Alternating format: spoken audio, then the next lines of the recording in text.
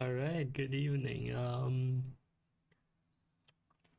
Welcome to what amounts to be a slightly entertaining evening for everyone. By everyone, I mean not myself, rather the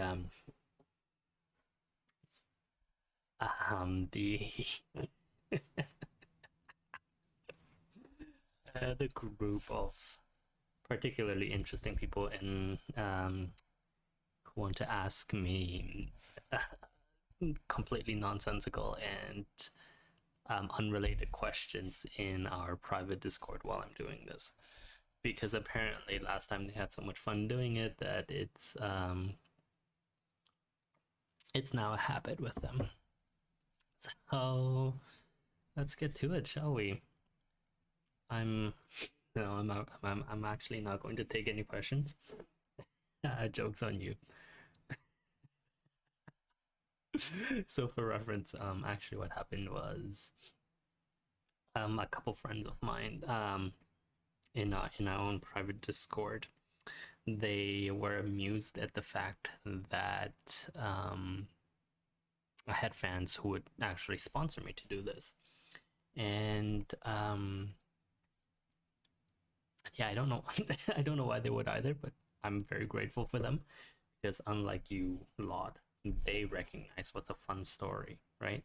Anyway, and so the point is rather that so my friends in my private Discord, to whom I guess you could call it simulcast this stream. They found it fairly amusing, and so a couple guys got together and decided they were gonna pay for for me to do this and to verbally abuse me while I'm talking in the well, not in the Discord, but rather into the stream. And I think yeah, it's an unending source of amusement for these guys. But it's okay because I know they're just jealous. I'm just so much more successful and have so much more fun than they do. So it's okay to begrudge them this little bit of shall we say excitement in their otherwise dull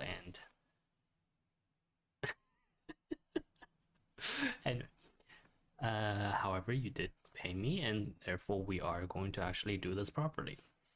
And if you next time decide you're gonna pay for something, you better take a delivery of what you've paid for. So today we're going to do 13B, and of course on the side this is also a benefit for the original sponsor who sponsored the original what do I even call this design document for creating this. Thank you very much for doing that. I'm not gonna thank you, the original sponsor, for what my buddies are actually saying about me in our private Discord, because that would seem really weird. But anyway, so we left off on the first third.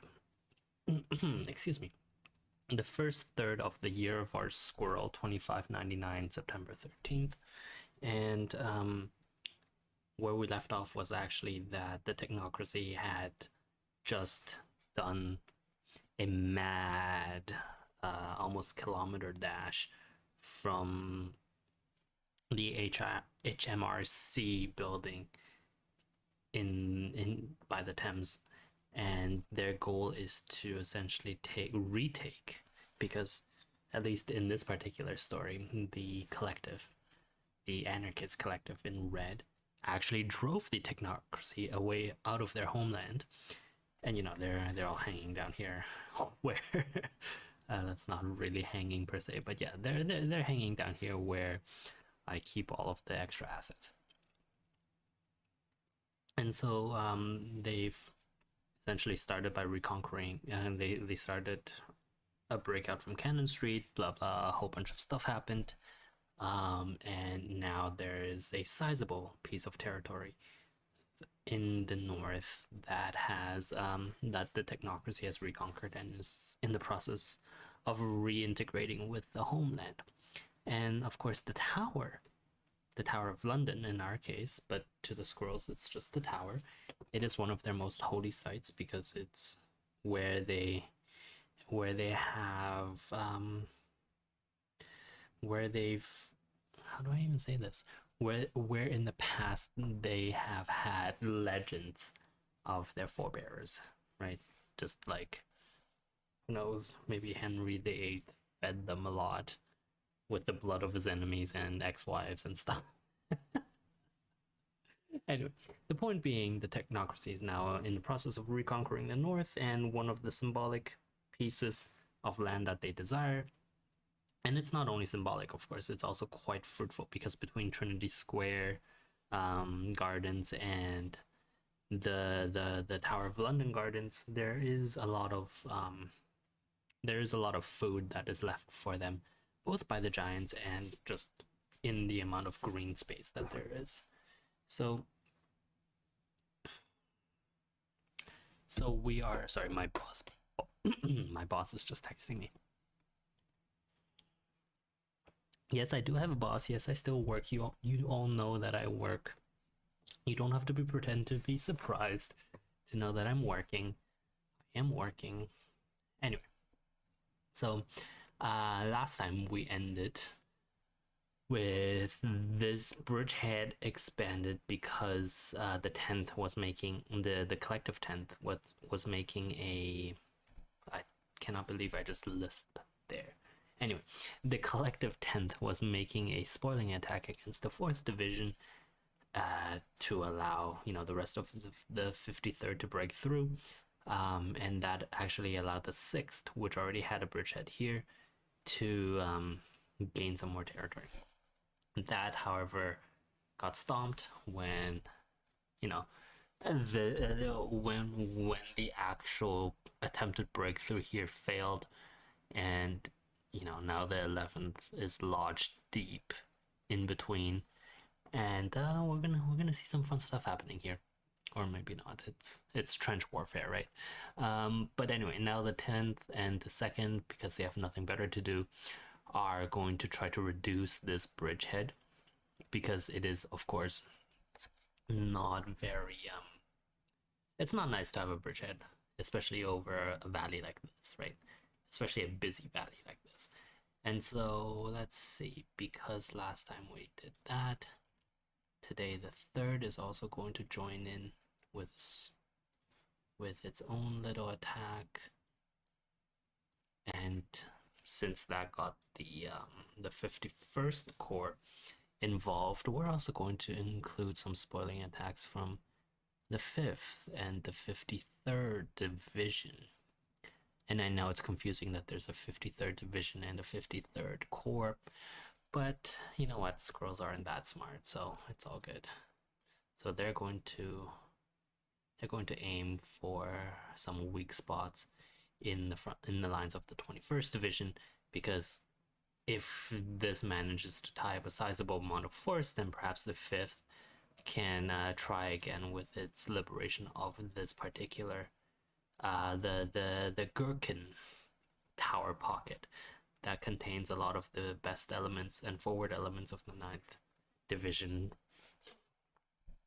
For details of how that happened, you can go back to the 11th, I think it was. Anyway, not that big of a deal. Anyway, in the meantime, so let's talk about this. What happened down here? Let's see. So they've reached this end. The 16th is going to slim down a little because it needs to sacrifice some. It needs to sacrifice some formations to create. Oops. To create a. Yes, I know it's red. How did you respond so quickly? I literally just. Oh, okay. I see why.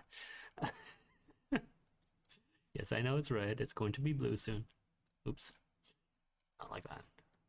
Yes, I'm aware that's not how it works. Thank you very much. as I say, all they want to do is be particularly mean to me. And so yeah, so we're gonna have to make this the 16th division that is now sort of sitting on the far east, very far away from the rest of the group. But the benefit is, because of the 16th division having captured the tower, they have also, and this is particularly fruitful, they have also essentially opened up a whole new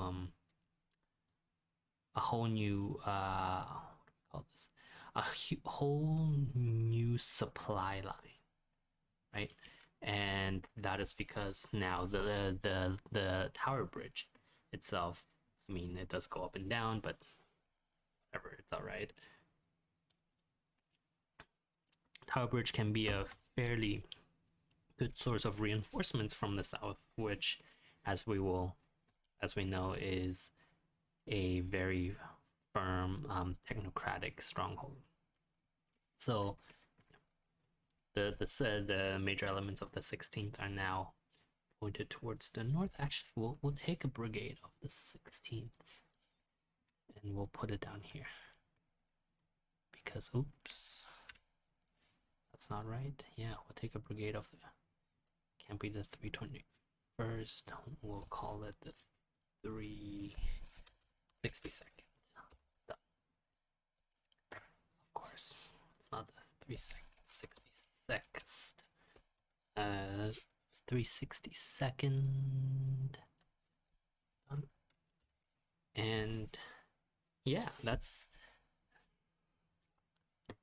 okay. Only you, only the few of you can get together and make everything I say sound weird. Okay, nobody else that's listening to this stream will think that anything I just said was weird, but because you guys, you lot have, I don't want to say history, because you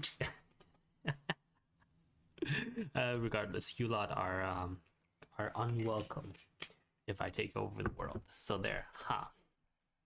So now this the 16th, which is actually already down one regiment, that reinforced regiment, the 752nd here, which from our last cast we know was acting as, oh my god, it's been 12 minutes. From our last cast we know is essentially maintaining this sort of military deception of the 16th division being still having a major formation here, which, you know, threatens to drive up Mark Lane. And so that's why the 6th cannot commit all of its forces to the 15th and needs to man these defensive lines quite a bit more strongly than if it knew, I don't know why I'm pointing at the screen, then let's see who's leading the 52nd Corps again. Lloyd George, that's right. That's why our General Lloyd George cannot deploy or cannot move defensive formations away from the south, because they still think that the 16th is, you know, majorly deployed along this route. But you know, they'll understand basically right after this, after the 362nd has essentially liberated Tower Bridge, the Tower Bridge approach, that they were kind of duped in it. And I'm sure then something will happen here, but we'll see that next time, I think. Anyway, and so this is the collective lines. Yes, I know it's in blue. Relax. It'll be in red sooner or later. I actually wonder if I can store two colors. Of course I can. It's okay. It's okay. I only need two colors for now. Anyway, so this is basically the second day over with, right? We have a renewed attack by the 51st Corps in the north, because obviously the 53rd got bogged down here, and there's nothing that they can really do against two full formations. And coincidentally, no, we know that the 8th was conjured up out of rare echelon elements, or we'll talk about that. And what's kind of more important for the 52nd is actually the fact that the 5th division, which is still in this sort of Riverside Walk pocket, I mean, they're not starving because there is enough food here and supplies here. But sooner or later they'll run out of ammunition, whatever, clothing, whatever. And those poor squirrels that what's that? No, that was my hand lotion. I shouldn't have used that. Yeah, okay, thank you very much. I should not have said hand lotion in front of those fellas. Regardless, so the 5th division is one key point. Of course, General Lloyd George still wants to rescue the 5th, if only because it is actually part of his 52nd Corps. But he's, I think, rather indisposed right now, because there is a very good chance that as the 16th sort of explodes out of here, actually, I said that, explodes out of there, that there will be a threat to the rail lines, and that's obviously not something that the collective can really stand. See, now you guys have a good question. That's an excellent question. Why does it look like this? It's a rather complex question, but we will answer that. So all of these assets are actually, so the map itself, I downloaded it as a vector file from OpenStreetMaps. I think it was 1 to 5,500. I have no idea now. Next time I'll actually have to play around with it. But the idea is, because it's a vector map, a lot of these things are defined as a vector, as a singular vector like this, right? And just because I want this particular rectangle's worth doesn't mean that the vector itself is not defined out of it, because as we can see from this particular street, it goes all the way here, right? Like the same thing goes with this pedestrian walkway. It is a single, it is coded as a single line. So vector files aren't bitmaps in that it's just, you know, at this location there's that bit of color. But vector files are, because vector files are defined as a vector. Yes, I know you have no idea what a vector is. Oh my god. Vector is a line that has a direction, right? It's essentially a very complicated line, but because it's defined via text, it turns out that vector files can be a lot smaller than bitmaps, because all of this yellow, oops, oh, that almost went wrong real quick. All of that yellow that is Bishopsgate, or for example, this gray that is the underlying color for the railway, all of that really only needs a few numbers. I say a few numbers. It needs certain text to define it, but that text is actually much cheaper to store than if I were to draw out every single bit. And so that happens the same with the Thames River, like this. It goes out.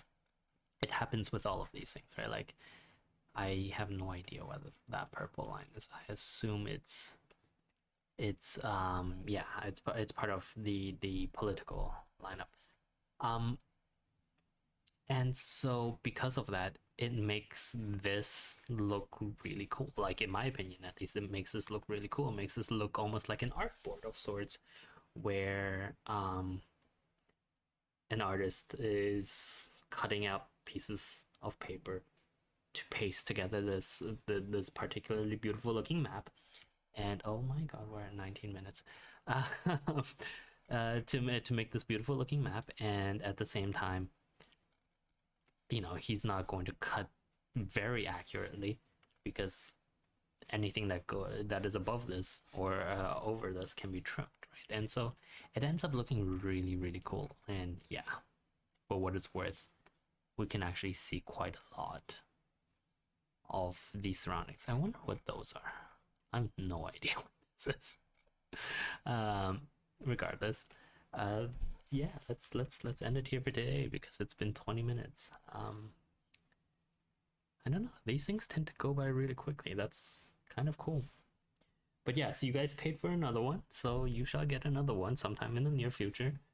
Even though I really, oh, what the hell is that? Oh, it's the hand grip. No.